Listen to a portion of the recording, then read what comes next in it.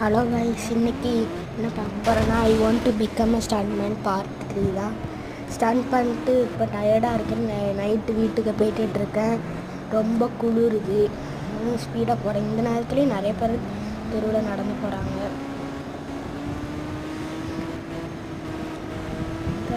நிறைய பேர் போகிறாங்க, ரொம்ப குளிருது.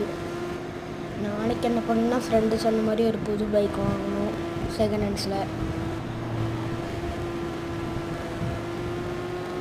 போயிட்டுருக்கோம் வீட்டுக்கு. சேர்த்து நல்லா தூங்க வேண்டியதான். எனக்கு ஃபுல்லாக ஸ்கிட் அடிச்சு ரொம்ப டயர்டாக இருக்குது.